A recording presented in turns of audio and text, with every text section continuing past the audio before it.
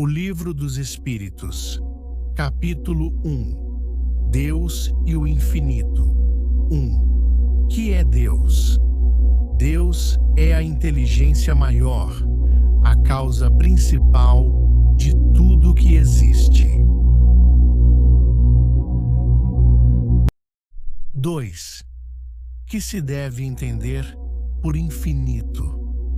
Infinito é aquilo que não tem começo nem fim, algo que não conhecemos totalmente e que não tem limites. Pode-se dizer que Deus é o infinito? Dizer que Deus é o infinito não explica tudo. Nossa linguagem é limitada e não consegue definir o que está além do entendimento humano. Onde se pode encontrar a prova da existência de Deus? A prova da existência de Deus está em um princípio que usamos nas ciências. Todo efeito tem uma causa. Se buscarmos a causa de tudo o que o ser humano não criou, a razão nos levará a Deus. Que dedução se pode tirar do sentimento instintivo que todos os homens trazem em si da existência de Deus? A dedução é que Deus existe. Afinal, de onde viria esse sentimento se ele não tivesse uma base? É mais uma prova do princípio de que todo efeito tem uma causa. O sentimento de que Deus existe não poderia ser apenas algo que aprendemos na educação. Se fosse só aprendido, por que esse sentimento existiria também nos povos que nunca receberam essa educação? As propriedades da matéria poderiam ser a causa principal de tudo o que existe. E o que causou essas propriedades? Sempre é necessário chegar a uma causa principal. O que pensar dos que acreditam que o universo surgiu por acaso, como resultado de uma combinação aleatória da matéria? Isso não faz sentido. Quem poderia pensar que o acaso é algo inteligente? Além disso, o que é o acaso?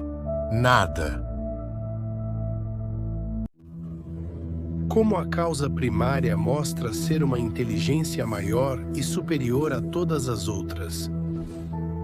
Vocês têm um ditado: a obra revela o autor.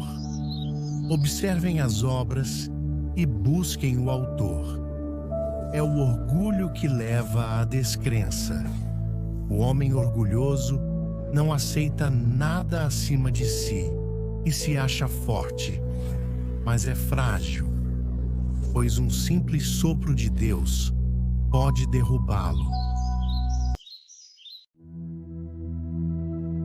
O ser humano consegue entender a essência de Deus?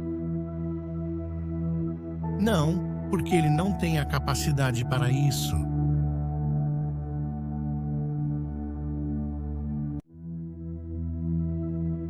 O ser humano poderá, algum dia, entender o mistério de Deus?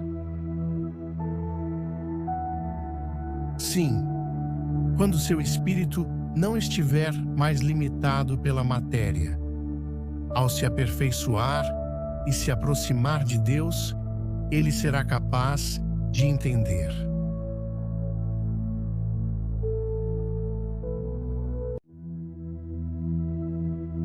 Mesmo sem entender a essência de Deus, podemos imaginar algumas de suas qualidades?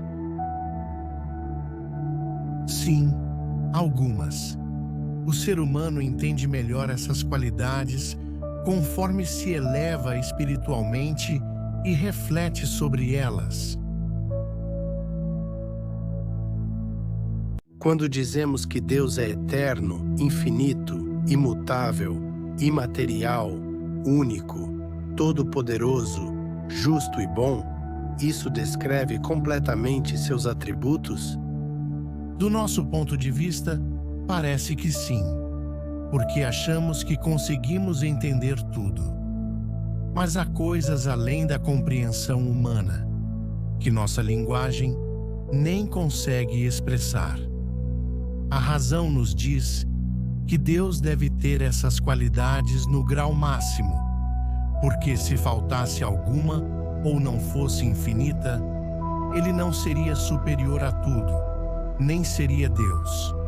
Para estar acima de tudo, ele precisa ser perfeito e livre de qualquer imperfeição. Deus é um ser separado ou seria o resultado da união de todas as forças e inteligências do universo? Se fosse apenas o resultado dessas forças, Deus seria um efeito, não a causa. Ele não pode ser as duas coisas ao mesmo tempo. Deus existe, disso não há dúvida, e isso é o mais importante. Não tente ir além, pois isso só levaria a confusões que não trariam respostas. Em vez disso, concentre-se no que importa: melhorar a si mesmo. Estude suas imperfeições e trabalhe para superá-las. Isso será muito mais útil do que tentar entender o que está além da nossa compreensão. O que pensar da ideia de que todos os seres e coisas do universo seriam partes de Deus e juntos formariam a própria divindade? Ou seja, o que pensar do panteísmo? O ser humano, não podendo ser Deus, tenta, pelo menos, se imaginar como parte de Deus.